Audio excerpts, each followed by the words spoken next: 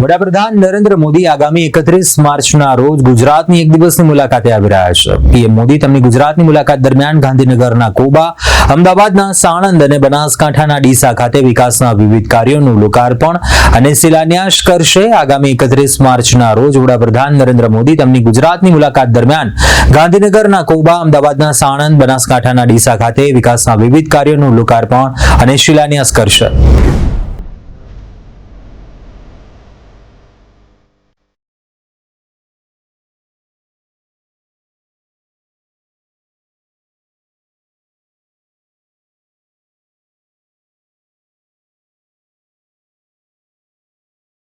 વડાપ્રધાન નરેન્દ્ર મોદી આગામી 31 માર્ચે ગુજરાતની એક દિવસીય મુલાકાતે આવી રહ્યા છે.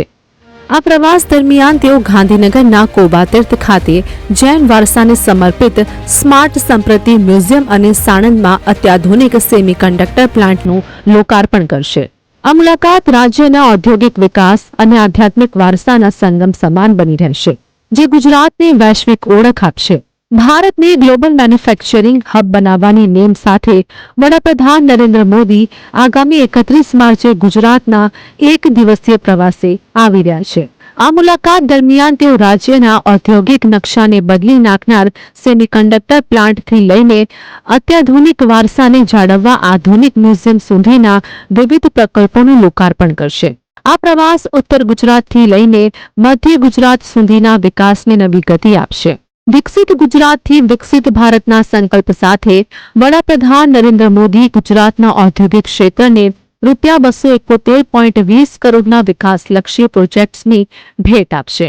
ખાસ કરીને સાણંદ જીઆઈડીસીમાં વર્ષોથી સતાવતી વરસાદી પાણીના ભરાવાની સમસ્યાનો હવે કાયમી ઉકેલ આવવા જઈ રહ્યો છે. પીએમ મોદીના હસ્તે ₹244 કરોડના ખર્ચે તૈયાર થયેલા આરસીસી સ્ટોર્મ વોટર ડ્રેન પ્રોજેક્ટનું લોકાર્પણ કરવામાં આવશે. પીએમ મોદીના પ્રવાસની શરૂઆત સવારે 9:45 વાગે અમદાવાદ એરપોર્ટ પર આગમન સાથે થશે. ત્યાંથી તેઓ સીધા ગાંધીનગરના કોબા તીર્થ પહોંચશે. અહીં તેઓ સમ્રાટ સંસ્કૃતિ મ્યુઝિયમનું લોકાર્પણ કરશે. આ મ્યુઝિયમ જૈન મુનિ પદ્મસાગર સુરેશ્વરજીના આશીર્વાદ અને પ્રેરણાથી તૈયાર કરવામાં આવ્યું છે, જેમણે પોતાના જીવનકાળમાં 2.5 લાખ કિલોમીટરનો પદવિહાર કરીને એક અનોખો ઇતિહાસ રચ્યો છે. તેમના હસ્તપ્રત ગ્રંથો, વિજ્ઞપ્તિ પત્રો અને જૈન કલાના દુર્લભ સંગ્રહને અહીં પ્રદર્શિત કરવામાં આવ્યા છે. બાદમાં બપોરે 12:30 કલાકે વડાપ્રધાન સાણંદ ખાતે કેન્સ સેમિકોન પ્રાઇવેટ લિમિટેડ પ્રોજેક્ટનું ઉદ્ઘાટન કરશે. સેમિકન્ડક્ટર ચિપ ઉત્પાદન ક્ષેત્રે આ પ્લાન્ટ ભારતની આત્મનિર્ભરતા માટે માઇલસ્ટોન સાબિત થશે. ટેકનોલોજી અને ઇલેક્ટ્રોનિક્સ મેન્યુફેક્ચરિંગમાં ગુજરાતને વૈશ્વિક સ્તરે સ્થાપિત કરવાના લક્ષ્ય સાથે આ પ્રોજેક્ટ કાર્યરત થવા જઈ રહ્યો છે, જે હજારો યુવાનો માટે રોજગારીની નવી તકો પણ ઊભી કરશે.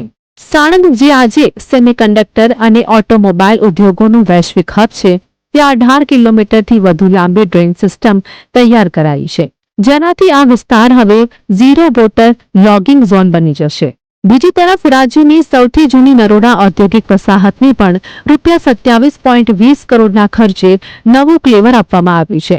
અહીં રસ્તાઓનું મજબૂતીકરણ, પેવર બ્લોક, ફૂટપાથ અને આધુનિક લાઇટિંગ જેવી સુવિધાઓ ઉદ્યોગોને નવી ગતિ આપશે.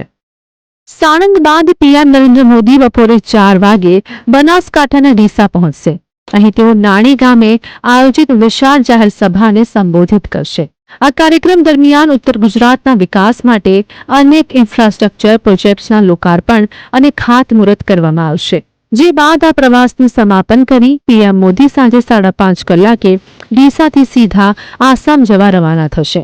આ કાર્યક્રમ દરમિયાન ઉત્તર ગુજરાતના વિકાસ માટે 5,295 કરોડથી વધુના 44 વિકાસ પ્રકલ્પોનું ઉદ્ઘાટન, ખાતમુહૂર્તની માળખાગત સુવિધા પરિયોજનાઓનું ઉદ્ઘાટન અને શિલાન્યાસ કરવામાં આવશે. આમ પ્રધાનમંત્રીનો વધુ એકવાર એક દિવસનો ગુજરાતનો પ્રવાસ નિર્ધારિત થયો છે. વડાપ્રધાનના હસ્તે થનારા આ લોકાર્પણ પ્રસંગે મુખ્યમંત્રી ભૂપેન્દ્ર પટેલ અને હર્ષ સંઘવી સહિતના મહાનુભાવો ઉપસ્થિત રહેશે, જે ગુજરાતની ઔદ્યોગિક સજ્જતાને વૈશ્વિક સ્તરે વધુ મજબૂત બનાવશે. બ્યુરો રિપોર્ટ, પ્રદેશ 24 ગુજરાતી.